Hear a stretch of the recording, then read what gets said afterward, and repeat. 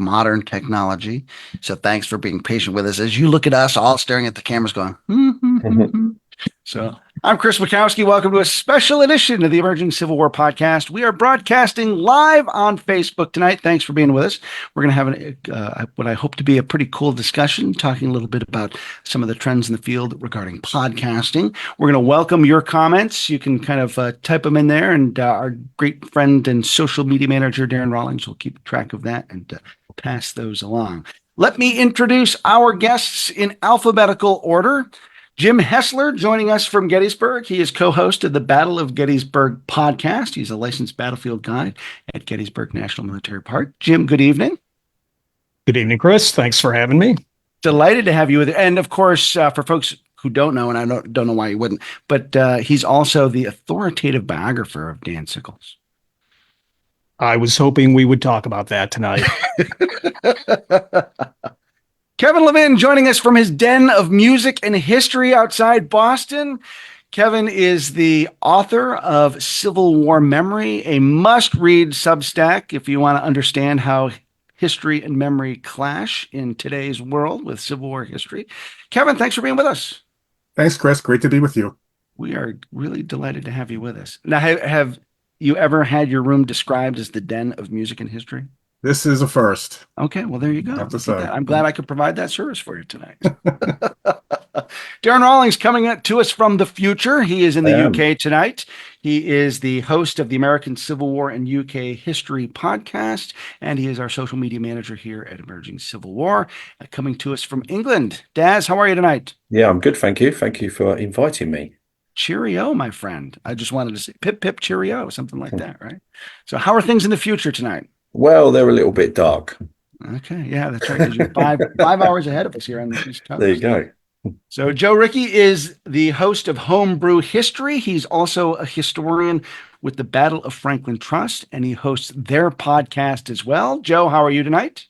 I'm here. I'm having a great week, and I'm happy to be with Kevin and Cecily and Jim and Daz and Chris and talk a little bit about podcasts. Yeah. Always a pleasure. Now, I know it's, early October still, but you've got a big anniversary coming up at the end of November. Let me give you a little chance to pitch that real quick before we get into our discussion. What do you guys have coming up?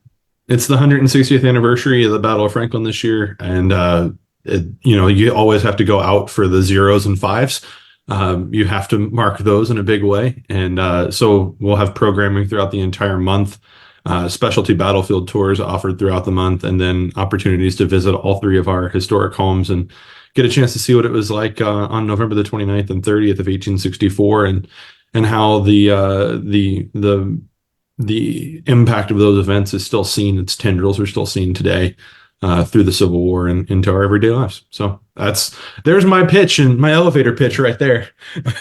Well, thanks for taking a few minutes out of your planning to spend some time with us tonight. Yeah. And then waiting for us way at the far end of the alphabet is Emerging Civil War's chief historian, Cecily Nelson-Zander. Cecily, how are you tonight? Good. This reminded me of the third grade when my class was the last class in school to get lunch. And I was the last in line, so I was literally the last child in the whole school to be fed, which has not had a lasting impact on me. And I'm definitely over it. Well, we're glad that you have taken some time to hang in with us all the way through the alphabet to be with us here tonight. So thanks, Chris. Our discussion is sort of predicated on an article that appeared in the Atlantic magazine last month. Arash Azizi wrote a piece called The Rise of the Dangerous Podcast Historians.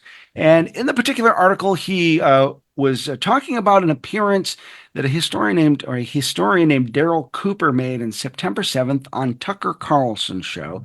And Carlson had described Cooper as the most important popular historian working in the United States today. And then Cooper went on to talk about how Hitler really wanted peace in Europe and that Winston Churchill was really the bad guy of the whole war. I see poor Daz kind of. Well, I'm just going to turn the camera off and go now. and went on to say some quite characteristic, some controversial and revisionist things about what we generally know about the history of World War II. And that had really sort of prompted Azizi to write this piece and basically said that if academic historians don't engage the public when it comes to history, then it's going to fall to charlatans and Holocaust deniers. And so there's this space that exists in scholarship, in history, that historians themselves aren't filling. And so we have these people who call themselves historians who are filling that gap. So I wanted to get together with some of my favorite voices in the history podcasting field and talk a little bit about that. And Cecily, as our chief historian, kind of chiming in as well. Cecily, let me start with you, if you don't mind, because you're someone who uses podcasts in your classroom. So it's a resource that's out there. It's being used. Tell us about that. Well, students love them. And I try not to take that personally, that they'd rather listen to other folks instead of me. But no, it's a great way to break up what would otherwise be me droning on for a long period of time, or to supplement my lectures. And I find that's the wonderful thing about podcasts is history podcasts in particular, when they are done well and done right. And I think there are dozens and dozens and dozens of history podcasts that are done well and done right. Despite what that article suggests, can provide students with quick summaries of new books in the field. So for graduate students, they're essential. Nobody has time to read every new book. A podcast like Kevin's podcast can help people get the core arguments and hear from authors about exactly what their books are about, so that if you don't necessarily want to read all 300 pages of the latest Civil War scholarship, you can get a quick hit and still be conversational. That's great for students at any level. Podcasts about fun stories are great for students at every level. And I find that academic historians are eager for opportunities to go on to podcasts and to talk about history. They'll almost always say yes to your invitation.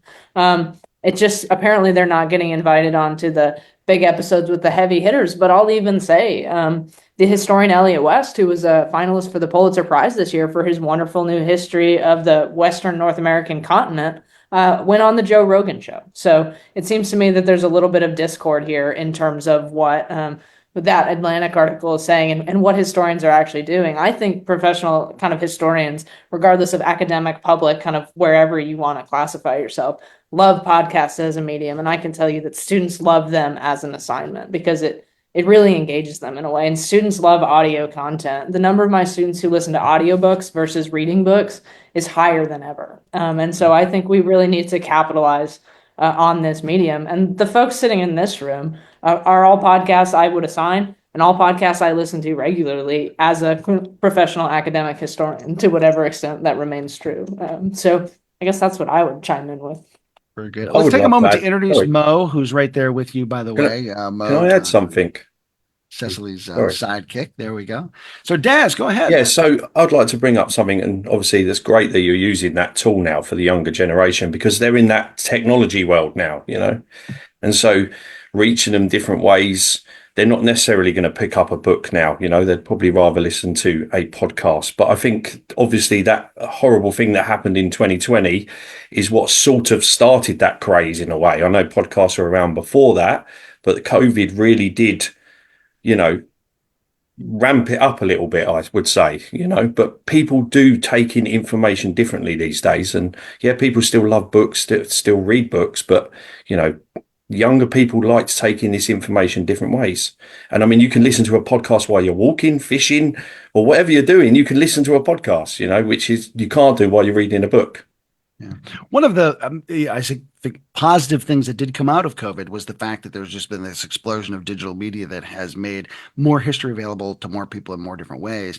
One of the downsides of that is that there's more history available to more people in more different ways. So there's a lot of noise. Jim, let me ask you here, because, as a guy who spends a lot of time just doing Gettysburg, day after day after day. So there's already a lot of Gettysburg out there. Yeah. That's got to pose a challenge for you.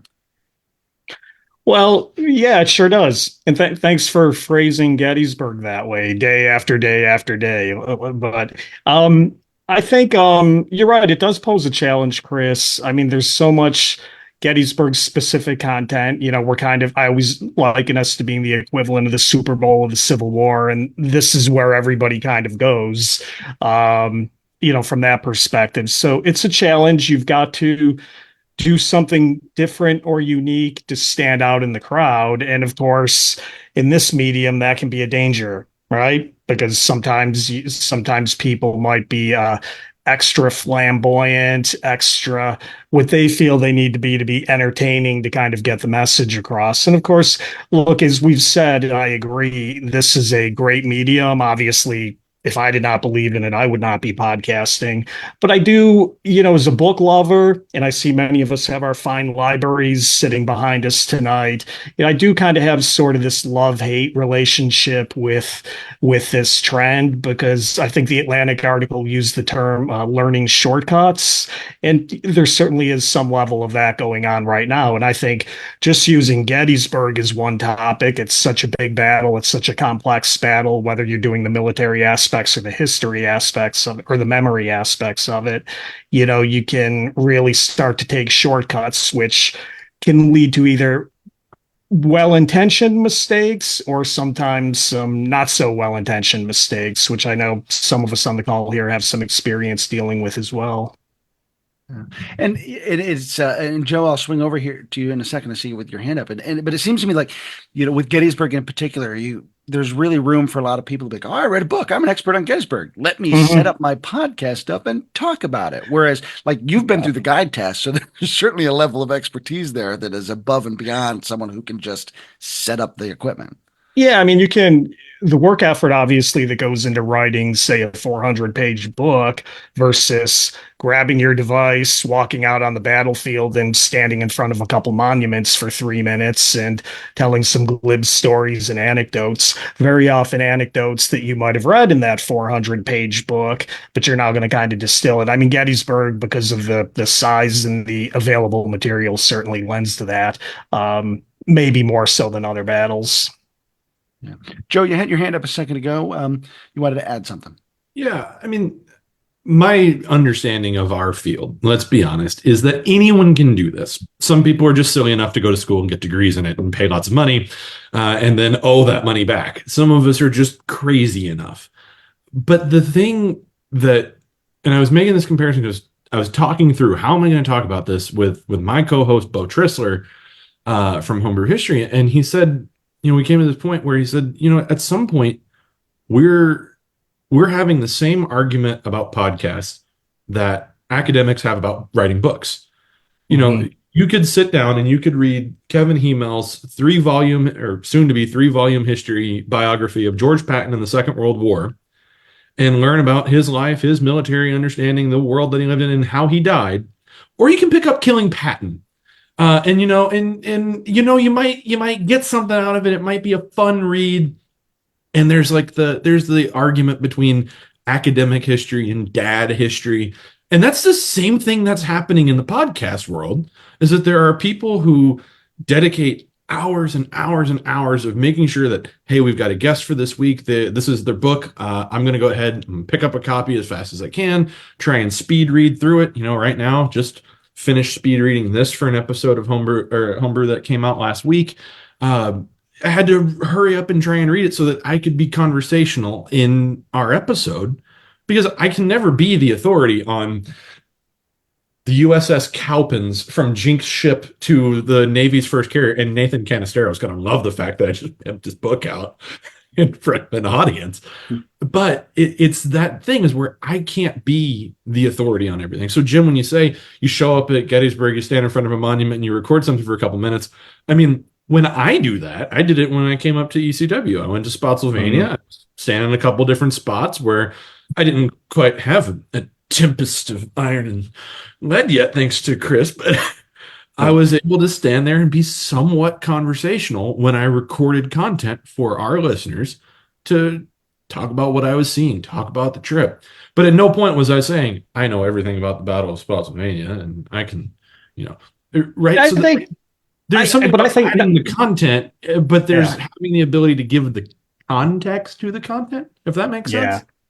And that's since you mentioned mine, I just wanted to kind of, respond. And I agree with you. There's that difference between being conversational and coming off as an expert. If you go on Tucker Carlson and make Holocaust comments and Hitler comments and things of that nature, that's obviously a different animal versus getting up here and just being conversational about the monument. When David Irving says, thank you for bringing my ideas into the mainstream, maybe there's a problem.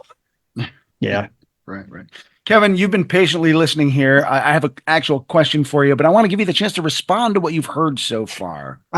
Yeah, this is all great. I think there's sort of a fundamental challenge that we have to deal with at some point that Azizi raises in his essay. I mean, there were aspects of that essay that I found extremely frustrating, namely the claim that academics are not involved in engaging the public. I mean, this is an accusation, a claim that's made every few years. We go through this process, and it's just, it's just nonsense. People of all backgrounds who are talented, qualified to talk about this subject are heavily engaged, whether it's on social media, whether it's writing sort of academically sort of inclined books for popular presses that reach more people.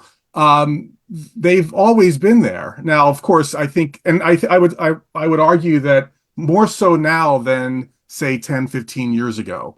I mean, I've been at this process of writing online on social media now for 20 years as a blogger. And when I first started, I mean, a lot of people in the academic world were very suspicious of it. I think that's drastically changed. But I think the part that Azizi gets right, which really wasn't anything new, if you've been around for a while, is the challenge, which is how do we sift through, how do we filter the vast amount of misinformation to get to the solid content, right? How do we actually train, as a former teacher, train our students to engage in critical thinking about online sources? How do we teach them digital media literacy skills? And that's part of, I think, creating informed citizens these days, because of course, as we all know, we're all getting our news online.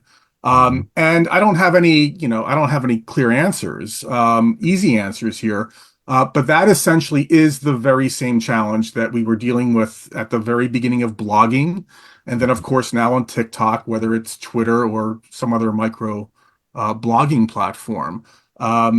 That's what we have to that's what we have to deal with. And I think I'll just make one more point here. I think one of the things that we as historians can do, a service that we can provide, especially online, whether it's on TikTok or X or YouTube or whatever, is how do we give the public a sense of what it means to do history? I think there's a pretty big gulf between what we take for granted, the thing we do when we go into the archives, when we formulate our questions, when we are revising our questions, engaging in interpretation, writing, revising some more. How do we actually impart that process to the public, which may tend to think that all history is an extension of our political views, right? So I think the article raises a lot of these points, and podcasting is, I think, one of many platforms that we can sort of look at this issue through. And when you mentioned that angle of politics, that does sort of make things fraught for historians who do try to engage in discussions about what's going on and kind of get into the public arena. Because I think about Michael Beschloss, who does a lot of work as a commentator on TV, and a lot of people are like, oh, I'm not going to pay attention to him because he's on this channel or that channel, and so he's got a political view, even if he's presenting like factual historical context, and people sort of dismiss that because they're looking at it through that political lens. Yeah, Cecily, let me ask you, okay. because you're dealing with this in the classroom, the idea of information literacy and evaluating sources, which is what historians do, but now we're kind of having to evaluate the sources that get us our sources in some ways. Yeah, I was just talking about this last night. I was at the Fort Worth Civil War Roundtable, and they were asking some questions. Okay, how do you deal with ChatGPT? How do you deal with students basically using this to do their work for them? And I said, well, the interesting thing about ChatGPT is it cannot cite sources. It will make up sources, which makes it really interesting. But it's really changed the way I teach, and it's changed the way I get students to engage with materials, because essentially I have to now provide them with a docket of sources to use that I have verified in advance. And those are the only sources that they're allowed to use for their papers at the moment, because I can't trust them to go outside of that, and I can't verify the things that they're finding online or through ChatGPT. And so until we get the ChatGPT thing handled and under control, I find it very unfortunate that the widespread availability of information and the ability of ChatGPT to not only sort of make up sources and citations and generate references and therefore provide disinformation, even though it's not its explicit intention. It can also generate podcasts. Like ChatGPT can create podcasts that sound like human voices talking to you. And so until that goes away, I have to really limit what my students have access to, what I can control for quality and make sure that they're getting the right things. And I'm not able to provide them at this exact moment because I cannot trust that they're not going to go through ChatGPT for something with the full arsenal of a historian's toolkit. I have to provide it to them in a limited and controlled sense. And so that's how I'm approaching it at the moment. I'm hopeful in the next couple of years there'll be much better controls on AI and its use in college classrooms. But until then, I kind of have to be very, very careful with what I expose students to, which is a shame, especially, I think at the survey level or the general U.S. history level, like the thing that gets students hooked is showing them a wide variety of things. And they've sort of shot themselves in the foot, The 2 kids that do it out of a class of 120 mean that it takes it away from everybody. But I'm sure Kevin has thoughts as well. I mean, he works with students, and has in the past through all these different technological changes. But it's really, really tough. I try to teach them to evaluate. This is a critical thinking class. That's what I always tell them about history. Yes, you're in a history class. I'd like you to think about it as a critical thinking and analysis class. But they're much more limited in what they are actually exposed to at the moment because of disinformation, basically. Kevin, anything you want to add to that since Cecily? I'm no longer in the classroom. And so from what I'm hearing, ChatGPT AI is a different beast altogether. But I do think, as Cecily is sort of alluding to here, that, it has something in common with previous developments in technology. I mean, I had to worry. I'm old enough that, I had to sort of think about what does a research project mean when students have access to the internet, right? So going from print sources to online sources. And, it does go back to teaching them. It's not just about information, right? It's about sort of how you acquire that information. And I think part of the challenge with ChatGPT, as I understand it, is that it's just much too easy to utilize that technology. And I guess, for lack of another way of saying it, save time, right? It just seems so easy and everyone has it, at their fingertips. So but it does sort of represent the same kind of challenge, I think. Yeah. And I think all of us on this call know people who have written a book and, it's like, oh, I've got expertise in a particular area because I've written a book. And that isn't maybe necessarily the high bar that it used to be once upon a time. Again, Right. because of the way technological changes have sort of knocked down some gatekeeping functions. Jim, let me ask you, because like as a licensed battlefield guide, you've had to go through a particular gatekeeping process to demonstrate your expertise to then be able to kind of present yourself as a subject matter expert. Tell me like your perception on that sort of gatekeeping when it comes to this sort of stuff. Well, I would certainly echo what everybody else has said in terms of the way technology has changed. I mean, when I took the Gettysburg Licensed Battlefield Guide exam in 2002, yes, you had the internet way back in the dark ages of the early 21st century, but it wasn't anywhere near as pervasive as it is today. And a lot of the source materials that a guide candidate can get today simply were not available even 20, 22 years ago. So the rigor and the standards for how you test these people, and I'm not going to presume to say that that's how it should apply in the classroom, but it might.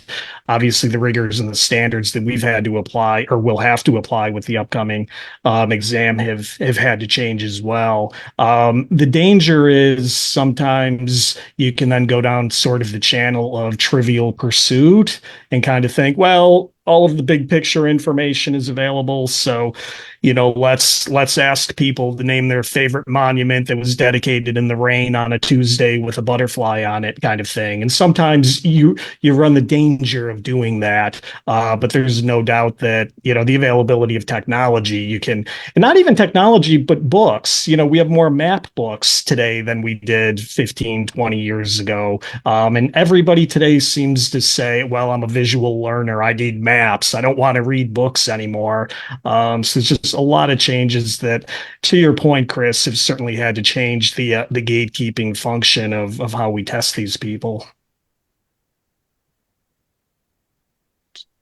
And I certainly don't want to suggest that you've got to have a particular degree or you've got to have a particular sort of level of expertise, because passion in this field goes a long way, and people have learned a lot through less formal sorts of processes and structures and things like that. So that can certainly be a huge benefit when you're talking about some of these sorts of topics. Chris. Joe, let me ask you, when you're sort of thinking about, when you're presenting one of your topics for a podcast, whether it be for Homebrewed or for Battle Franklin Trust, how do you make sure that you're kind of prepping yourself to come forward with some level of expertise? Well, I did want to just kind of add on a comment to what Sure. Jim just said. So I'm on the Franklin battlefield all the time. I give tours every day, pretty much. And one of the things I was thinking about is how, and I think about this for my own show, but I also think about this for the Battle of Franklin Trust shows, is how are the people using them? How are people using podcasts? How are they using the YouTube videos that we create, which I think is actually almost more of a podcast than the podcast that we actually do. Because sometimes people don't watch the video, they just listen to the audio. And so I see that as an extension all by itself, as something else kind of a bit more intangible. But I ask myself, because Kevin and Cecily, you're in a classroom in a more academic setting, and Kevin, you're in the more kind of blogosphere sort of world. Darren, you're on a whole other continent. And Chris, you kind of see it, I think, academic and in the public history realm. What do people want from their podcasts? And I think this is the long way of getting to your question. I want to make sure that whatever my listener is hearing is something that I've looked into enough to say I can hear something and go, well, that's not quite right. Or if a guest says something and they have a very particular opinion on how God, you want to talk about an absolute mess for historical podcast. We just did a week-long series on Operation Market Garden, which I don't know if you know this, but people have really, really, really testy opinions about Operation Market Garden. And if a historian that you bring on the show says something that someone doesn't like, you get the whole, the well-sourced, well-cited Facebook comment, complete with all caps and emojis, calling you every name but a son of God, in a Facebook comment section. And so I want to make sure that when I'm preparing for an episode, or when Bo's doing his preparation for an episode, we talk about what the topic is. We talk about where we're going to go discussion wise. And then two, I don't ask my guests to prep anything. I ask them, come on the show, talk about what you want to talk about.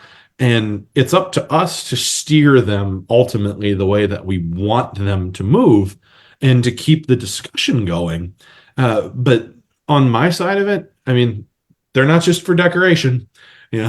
I'm consulting stuff. I'm reading back and forth. I'm looking at some of other interviews that other podcasts have done. And I think that's a piece of this is we were talking about how there's so many podcasts out there. There's access to so much stuff that you have to filter through it. And there's some podcasts, I'll be honest with you, I just don't listen to them.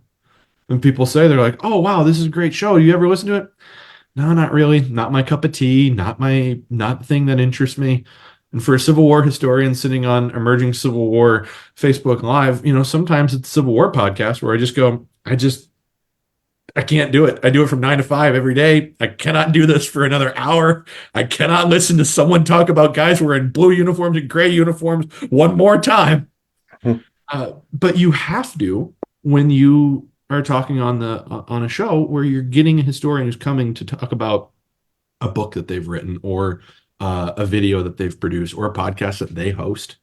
And so the prep on my side of it is to make sure that I'm prepared enough to have a discussion with them. Chris has gone quiet again. Daz, let me bring you back into the conversation here because, Yes. as we're talking about like being curious, getting a guess, asking questions, and that's basically how you got started. Yeah, so that's how I do it. Being over there, it's I like, don't I'm going to class just call myself some as people up. So I don't tell us class about it. myself as a historian. Yeah. I'm a creator of this content.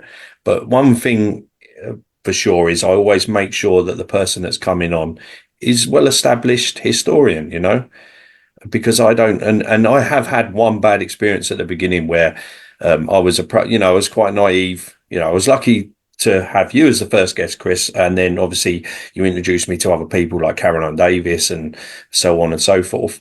But so I had someone approach me. She said, "Oh, I want to talk about this battle." I said, "Yeah, let's go for it." Oh, she talked about everything else but the battle, and I kept having to keep steering her back to it. No, we're here to talk about this, not that. You know, so yeah, that was the one bad experience I had. But again, um, I will go and read something. I will go and listen to another podcast if I need to get that information. Maybe watch TV for show. But there's some topics I'm really knowledgeable about, and there's some some I don't know anything about at all at the beginning. But after I finished, I know about it. But also it's sort of my podcast is about entry level. And as some of you guys will know, if you've been on my podcast, I always have that PowerPoint presentation with a visual aid as well. I know a lot of people tend to more listen to the podcast and watch it, but I just find that another tool that I utilized quite early on to get that information out there. And it's quite easy with the Civil War because there's plenty of visual aids for that. When you're getting into the medieval period, it's a bit more difficult. But yeah. So, Kevin, I know that you get the opportunity to sort of pick and choose who you want to talk to based on what kind of catches your interest or catches your eye. So, you're not necessarily generating a weekly bit of podcast style content. So, how do you go about curating your content like that and picking and choosing what you want to read and who you want to talk to? Yeah, it's certainly not planned. It's because I've been blogging so long, I've I've benefited from most of the major publishers sending Civil War books to me, and so my library sort of overflows with Civil War era books, and so I have the luxury of being able to pick and choose what I read, and then from that, if I think the book is interesting enough, I'm going to ask the writer to join me to really just sort of allow me to flesh out my own questions, and a chance to just sort of learn more. And one of the reasons I enjoy that is because it kind of maps onto with why I started blogging to begin with back in 2005, because as someone who was really interested in, I don't have a PhD, I finished a master's degree in 2005, really interested in historical memory as it relates to the Civil War, a more academic topic than just, your typical Civil War narrative approach. And I wanted to find a way to sort of introduce some of that stuff to a broad audience. And so, blogging gave me that opportunity. And now that I'm on Substack, one of the tools that you can use is recording directly to Substack. And, it's very easy to do. And so I only started doing these interviews, maybe a year, 2 years ago. And so there's no plan behind it. It's really just, who I want to talk further about when it comes to their research and what they published. Yeah. I really approach my interviews much the same way, like, oh, that's really interesting. I'm going to talk to this cool person about this cool topic and sort of use my own sense of curiosity to just sort of guide the conversation that way. Isn't that Jim, a big tell me thing a little bit. that all of us have to do, though? We Pardon? have to all assess what we're interested first, because it's hard to sit there for an hour and do something that you're just not terribly interested in. And then add to that is, how do you assess the quality that you're getting? Like, it's got to be a known. You've got to read the book first. I've got to listen to them do something else. I've got to read their work first. Chris, you've got to do the same thing. Like, not to say we're the gatekeeper, but we're the quality control on what goes out. But I'll add something to that, because I always try and pitch the person for their favorite thing. because you know you're going to get the best out of that person. Mhm. If I go to somebody with an idea of doing a podcast, I will always broach them. What is your favorite topic? Mhm. Because you know full well you don't have to do as much prep because you know you're going to get the right answers. Right. But I think we're all familiar too with podcasts that might be like, hey, today our episode is going to be about the Battle of Alesti. And I'm just drawing that by randomness. And like, I'm now going to talk to you for 20 or 30 minutes about Alesti. And like, I'm no 30 expert minutes, on that's if Alesti. you're lucky. I know. It's like, I wouldn't be in a position to present myself as that sort of expert, but I think that there are people out there who do, and kind of sorting through that from a quality control position is a challenge. Jim, tell me how do you approach your podcast when you guys are getting together an episode? Yeah, so we're not as guest heavy as you may know, Chris, because I'm sure you listen to us all the time. We're not as guest heavy as other podcasts. So what Eric and Jody and I tend to do is we will spend sometimes weeks in between episodes studying up on a topic. And again, even though we're Battle of Gettysburg focused and Eric and I are licensed battlefield guides, you don't just have all of this stuff in your head 24 hours a day, 7 days a week. You've still got to research and prep. Much to the chagrin of some folks in our audience who would love to see us churn out episodes more frequently. And we frequently hear from people complaining that we don't do enough podcasts. Oh, it's been 2 months, 3 months since you did your last podcast. Where are you guys? Tell us the truth. Have you given this up? The demands that an audience will place on their free entertainment can be extraordinary at times. And so, I think possibly then the danger in the field is if you go to the other end of the pendulum where somebody feels like they got to crank out 2 podcasts a week and that sort of thing. There's no way you can become not even an expert on a topic, enough of an expert to talk about it for an hour, but sometimes you're just grinding them out and you can't even become conversant. And that's why getting a good guest, to the point that you guys have made, is so important. But for us, because we're not as guest heavy, we take our time and we think about, we don't go in with a script, but we do go in and kind of make sure that, we've cleared off all the cobwebs on the wheat field, for example, and go from there. You raise a great point that I'd like each of you to comment on, where you say, people put great demands on their free entertainment. And so how do we make that distinction between what we're doing as entertainers versus what we're doing as educators? Because there's certainly both of that involved in a good podcast. Joe, do you mind? Let me start with you. How do you draw that distinction? So that I almost feel like is easier for me because I am in public history. And if you're going to go to a site, you're going there as part of a vacation, right? So there's automatically, you're paying for something, whether it's information, whether it's to view something, to see something. So I kind of use the same mindset for our show, is that, yeah, I'm paying my money to put this together and make this show for people to listen to. I see it as a perfect sort of balance, though, because if I'm watching something, history documentaries are a great example. Somebody sent me a video that they shot 25 years ago with a production company, and it's just bad, right? It's over the top. It's dramatic. They're standing on the battlefield talking like, and I think we've all seen stuff like that gets put up on YouTube and people go, oh, wow, you got to make more of this. This is so great. And it's because you're talking about their favorite thing or their favorite battlefield, except they hate the smell, the sight, the ground itself, and everything about it. The thing that I enjoy about it is that it is entertainment, but I can also use that entertainment as a gateway to inform people. And so if I want to watch something good, I want it to be entertaining and engaging, certainly, but I also want to sit back at the end of it and go, oh, wow, damn, I sure learned a lot. Or I never thought of that this way before. You've changed my mind on an issue. Kevin, there's been many a times where I've read the first paragraph of one of your blog posts and gone, oh man, Kevin's going to make me think today.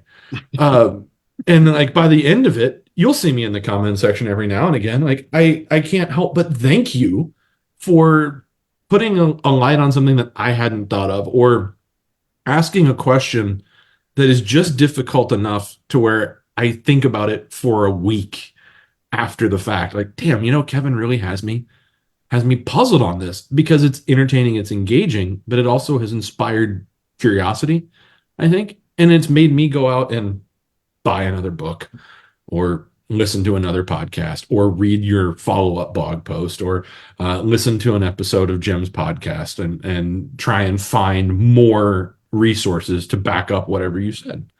Well, I see some wall space in the entertainment background and there, so information. you can get some more of those books if you need to. Can I just say something real fast? Please do. Well, first, thanks, Joe, for that compliment. I do appreciate that. But you just pointed out something that's also important for me in terms of motivation, and that is that I want like when I'm interviewing a historian and talking about their book, I want people to know about this. If Mhm. I'm talking to you, it's because your book has opened my mind. I am constantly on the lookout for new questions, new interpretations. I don't want the standard narrative. I Mhm. want to be challenged. I want to be made to feel even slightly uncomfortable at Mhm. times, right? And so I'll use Cecily as an example, right now, because when I read her book, I was blown away. I felt even a little bit stupid that I had been talking a certain way about the Republican Party and the broader subject of anti-militarism forever, and her book just completely stopped me in my tracks. In fact, I'll say it tonight. Here's breaking news: Cecily's book is my co-winner of Best Civil War Book of the Year for Civil War Monitor. That is how much I enjoyed your book, Cecily. But I love being able to bring historians to a broader public because, for people who claim to be serious students of the war, yeah, we all have lives, we all have things that we need to do, but right, if we're going to be students and we're going to claim to be serious about this, we need to read, right? To get back to Jim's point. And so, yeah, it's about giving back in large part for me.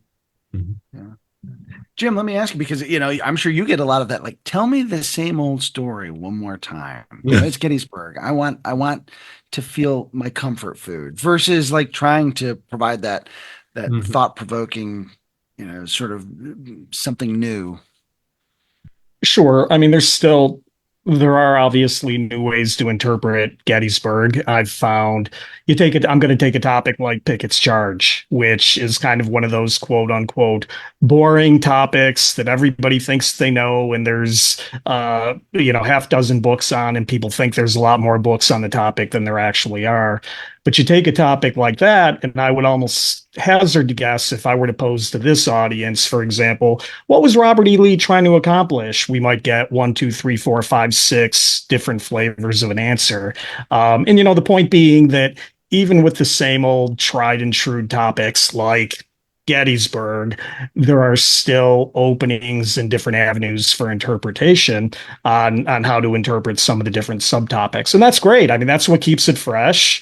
That's what keeps people like us doing what we do, and not only doing it, but with enthusiasm, because you don't want to just keep going out there and go, on July 3rd, they marched from here to here. You don't want to do that. In the enthusiasm aspect with the interpretations, and to echo some of your comments, even sometimes when people might challenge you and maybe make it a little uncomfortable, but that's what keeps it fresh and alive. And that's, to me, I think that's how I tackle the quote unquote same old topics of Gettysburg. And just kind of as I'm looking along our chat, we've got a couple other podcasters who are watching along. If you've got some things you want to contribute, feel free to jot them in the chat here, and I'll pass them along. Unfortunately, just didn't have enough room for the wide array of podcasters who are out there. But I appreciate folks kind of chiming in the conversation online. Daz, let me ask you about that line for you between entertainment versus education.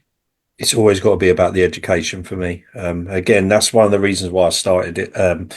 I started during a period in 2020 when history was being, how can you say this nicely, bashed, and I didn't like the way it was going. And I thought people need to be told the truth about what went on, things.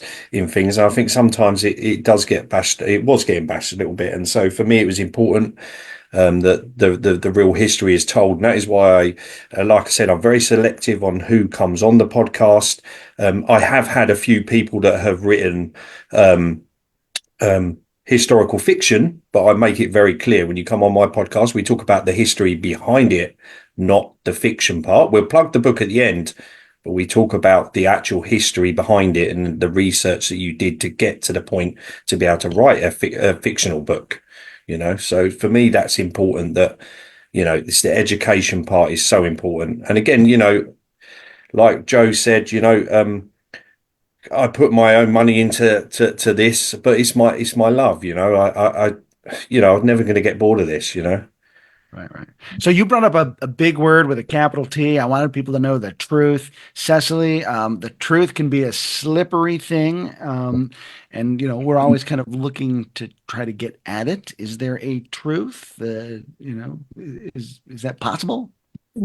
Anyone who's done sort of any kind of a degree in history has probably been exposed to this question, right? It's our great fear as historians. So the question, can history be objective? Can we simply tell a single narrative of the past? Historians in the very early days of the profession, when they decided that history was going to be different from all those other fields, maybe English in particular, they decided, yes, we can be objective. There's one true historical fact. And then it very quickly became evident that no, we can't. We each have a purpose for doing our history. We each have a reason why we came to the topics that interest us, and we each have a particular thing that we want to communicate. I teach a class on the American Civil War at Texas Women's University.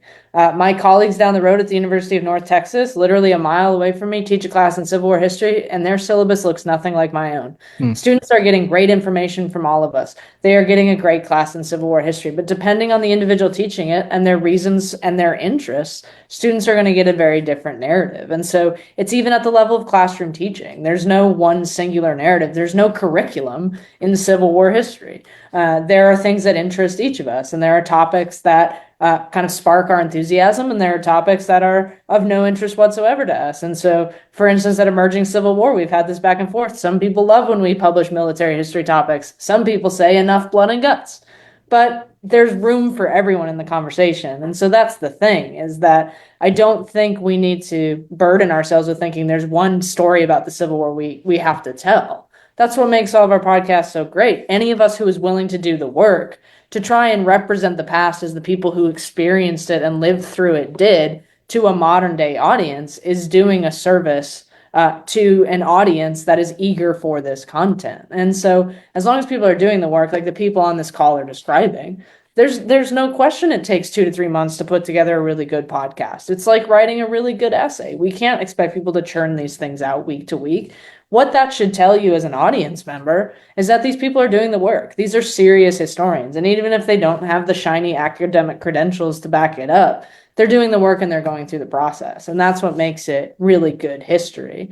And so the more time we can give people to do that, the better the history is, the better the stories we're getting. I mean, no, there's no objective truth about history, but to me, that's one of the most beautiful things about the passion that all of us on this call share for learning about and teaching about the past. Because what podcasters are doing is teaching. They're just teaching an audience that is not held captive in a classroom, as I'm sure my students in Intro to American History felt today as I explained the market revolution to them in excruciating detail. I suppose, Kevin, as we're talking about this idea of big truth, I mean, that's the very thing you grapple with every day on your Substack is the notion of what is the truth and what stories and all that sort of stuff. Anything you want to add to that? No, I think I pretty much agree with what Cecily just laid out. I think because I come at this, from with an interest in historical memory, and obviously the Civil War is just ready-made for that subject, as we all know. I mean, the Civil War has been fought over and refought over, and we're to this day fighting over basic questions, fundamental questions about the war and its legacy, its impact. And I think that's a reason, that sort of reinforces the call, if you will, for solid history, because something did happen, and we have a certain methodology that we can deploy to try to get at that.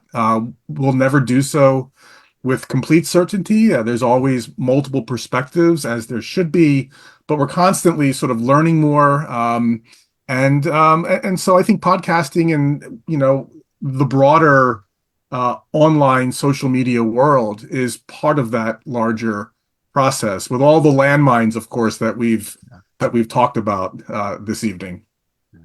For me, certainly, one of the things forefront in my head, because I come from that public history background, is like I want people to be excited enough to go find more on their own, and sort of kindle that enthusiasm. Because I can tell you ad nauseum about Battle of Spotsylvania Courthouse as an example, but like people aren't going to remember that, but they are going to perhaps get fired up to go want to find out more about it on their own. And I think that enthusiasm, I think, is a real gift that we as public historians, we as academics, we as podcasters can present to our listeners as a gift, to kind of help encourage them to continue on. As we get ready to wrap up here, just as we head into the home stretch, one of the things I kind of want us to come back to is that idea of dangerous podcast historians. What advice would you have for listeners who are trying to navigate what may or may not be a minefield out there as they're kind of deciding who are credible voices to listen to? What advice might you offer audiences? Let me, Joe, do you mind if I start with you? I was hoping I could listen to some other people, and I agree with all the points that they've made. That was excellent and a really good discussion. Well, I see Kevin's dog Otis, since we gave Mo a shout out earlier. I see Otis. Otis, very famous. So great to have him with us tonight. So Joe? Otis actually has a better following than the Homebrew History podcast does. So, no, I think a lot of what we've talked about tonight is something that listeners, I don't know that they even consider, right? I think the reason that we have that article in the Atlantic is because someone got behind a microphone and said something so incredibly wrong and ridiculous that people went, there's a problem with history podcasts? We haven't been seeing this for the last 4 years, and for the last 30 years in another media form, and the last 50 years in another media form. And since people put pen to paper and started writing books and said, well, my book is actually more research than this guy's book. This guy he only wrote about it because, his uncle was involved or whatever, or it's his memoir, but he made up half of it. I don't think the average listener, the average viewer, sits back and assesses they don't seem as though they're as well versed on the historiography as this other podcast that I listen to, which is our job. Like I said, we're the quality control mechanism. When we bring on a guest, or we decide, I can do an episode on this on my own. I've read enough. I've researched it enough. I've examined it from X, Y, Z's points of view. I guess my advice is listen to a lot of what's out there and assess for yourself what engaged you, but what also made you more informed and made you think, as opposed to what made you feel good and feel comfortable. Because to Kevin's point earlier, if you listen to something and it rubs you the wrong way, generally your curiosity is piqued. For instance, when that podcast, Tucker Carlson and Daryl Cooper's thing, went out, I immediately said, I have to listen to the whole thing. I did it so that other people wouldn't have to. This is my sacrifice to you. Greater love hath no man than to listen to Tucker Carlson's podcast. That's actually the unredacted version of that verse. But I listened to it for all of about 30 minutes before I said, I was like, this guy has no idea what he's talking about. He's a hack. And that's not me saying, I have my various degrees on the wall and I'm very smart and I've done this. Is sometimes when you're going against the grain for the sake of going against the grain to stand out, you're the one in the wrong. And so to the listener, read, listen to things that differ than your opinion, and that make you second guess yourself, and then go back and, if you've been inspired, read more, learn more. And Yeah, that, Anyway, thanks for answering for all of us, Joe. Well, actually, Daz, you're up next. Well, no, yeah, I mean, echoing what Joe just said, really, you know, he got to do the thing. He got to do the thing yeah, I wanted I want to to do. do the pointy thing. Look, so you know, like Joe sort of said, you know, if there's something that piques your interest and you know that it's not right, because we're not, you know, humans, not all humans are stupid. Go and find out for yourself, you know, because even if it's the wrong history or the wrong information, it gets them into history. And I think that's the thing, you know, getting people into history in the first place. You might then want to go and find out for yourself, you know. I mean, like say for instance, when you watch a movie, you know, because that's how I got into it. As you know, watching the movie Get Us Both, thought I need to know more. And of course, we know most movies are not accurate, you know, but you go and find out for yourself. And I guess I think, and what troubles me and what sort of started this, there's my dog Coco in the background. What kind of got me going with this conversation was just the idea that, you've got someone with a big microphone like Tucker Carlson saying, this dude is credible. Right. And so, there's that intellectual shortcut for Tucker Carlson's audience who's like, well, no, this guy is telling us the real history. And, to me, that's super problematic because for those of us who know better or who have taken the time to do the research, we know the guy's a hack, but that reflects poorly on the rest of us.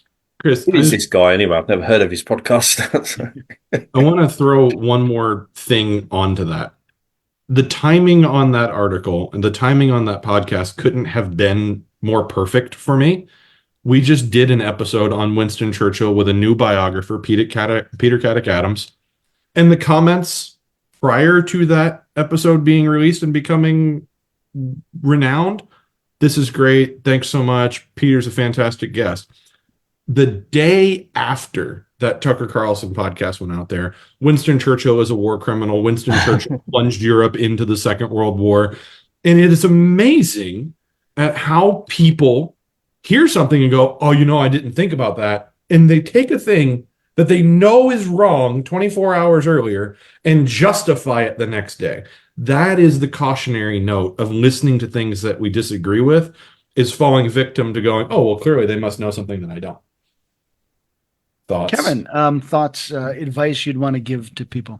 Yeah, I'm going to echo what's already been said, but I think, if I was to try to encapsulate it, it would go something like this. If you came up to me with and had a question, say, about the Battle of Gettysburg and asked me, how should I proceed to answer this question for myself? And I responded by saying, well, go out into the street and approach the first random stranger, ask him or her the question, and accept whatever, they respond with. You would probably look at me as if I'm insane, right? Rightfully so. And, but yet, I think that is the way most people navigate the internet. That is exactly how they navigate the internet. They punch in a couple keywords into a search engine, look at the first or second, link in the list, click on it, think nothing of, the source of it, and accept it for what it is. And I would suggest that if you can at least not do that, begin to at least just take one step back and ask, who's putting this out? What are their credentials if they have any, right? Just beginning to apply just a little bit of skepticism. I think you're at least on the right track. Jim, advice? Yeah, and this is not a cop out, but I actually would echo a lot of Kevin's answer there.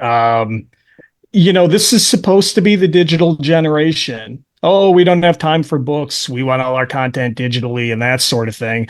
Well, then doing your homework and doing, to Kevin's point about who is putting this information out, doing your research and doing your homework on who is this person speaking has never been easier, right?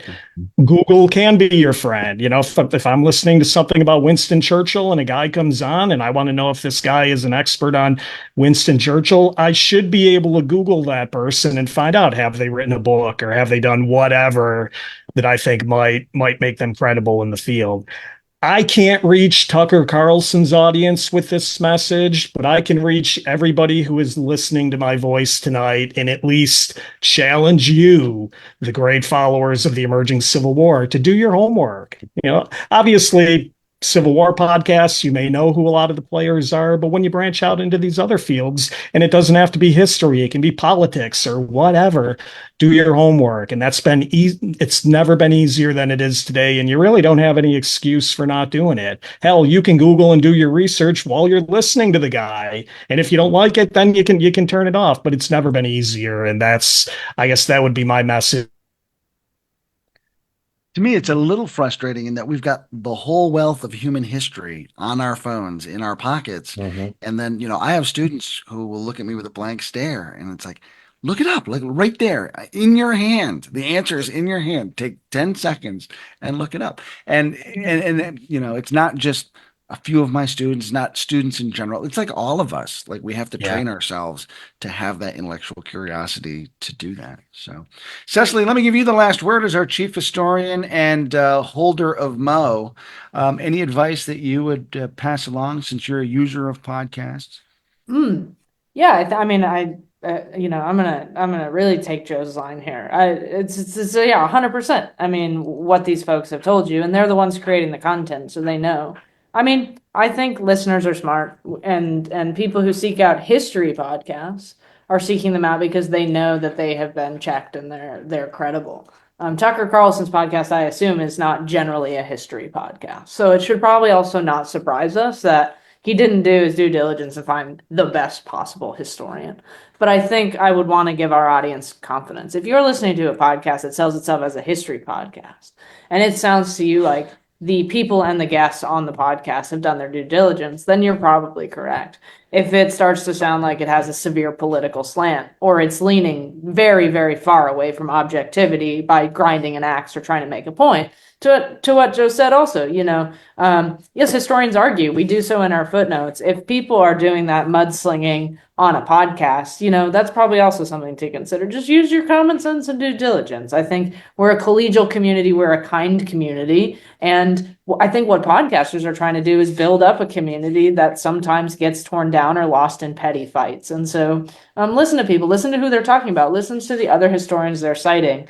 And the right guests and the right hosts are going to be incredibly generous to the field. And they're going to point you in new directions and interesting kind of tendrils that you can follow for yourself. And that's what I would say. I mean, that's what podcasts give us, the chance to hear from one another in a way that we can't necessarily do in our books when things are buried in footnotes. And so I'd encourage people to keep listening, because the more you listen, the more you give podcasters the resources and the feedback to do what they need to do. And so if you want good history podcasts, listen to good history podcasts, share them, use them in your classrooms, use them with students, and make sure that they can keep going. Because like you said, this is a free service. Podcasts don't cost money. Some of them may be supported with ads and so on, but these are not revenue generating operations.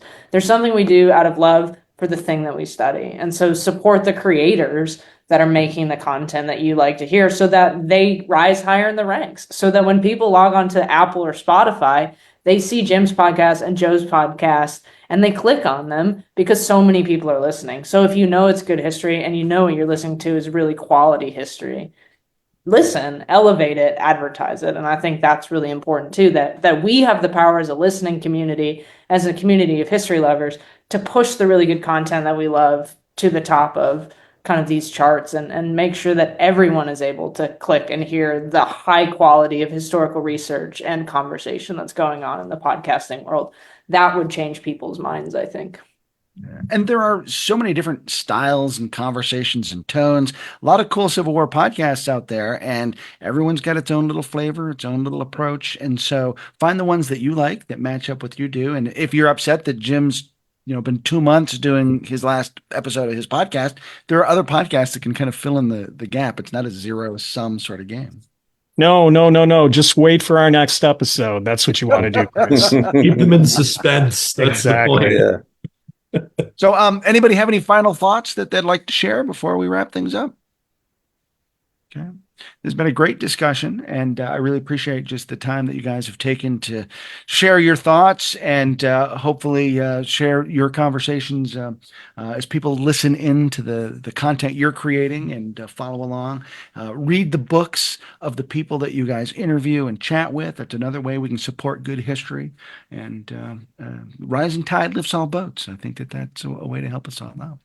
Before I wrap up, I'll just point out, oops, this side here, I voted today. I live in Virginia. We have early voting. I won't tell anybody who to vote for what, but please get out and vote. It's our greatest civic responsibility that we have. And so I hope folks will take advantage of their opportunity to participate in self-governance.